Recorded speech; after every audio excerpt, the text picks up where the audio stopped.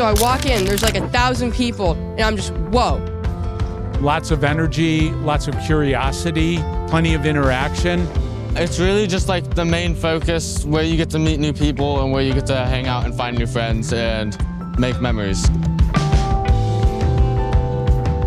I think young people are really open-minded. There's so much to ignite their curiosity.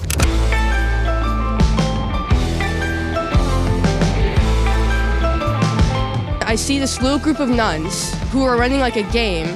So me and my friend go over and they give us stickers and we got to dunk a nun. I got to take selfies with Carmelites. I got to watch people sing karaoke. Fantastic karaoke. It's just something that I'm never going to forget. They range from like colleges to like faith life or like seminary life. They have games and like they have like booths. But I really like the ones that talked about the faith life. I wasn't really big in my faith life as a teenager. And like these people, the vendors, kind of just helped open up my eyes a little bit more. There's so much in this world that we don't know about, and we just have to go and reach out for it.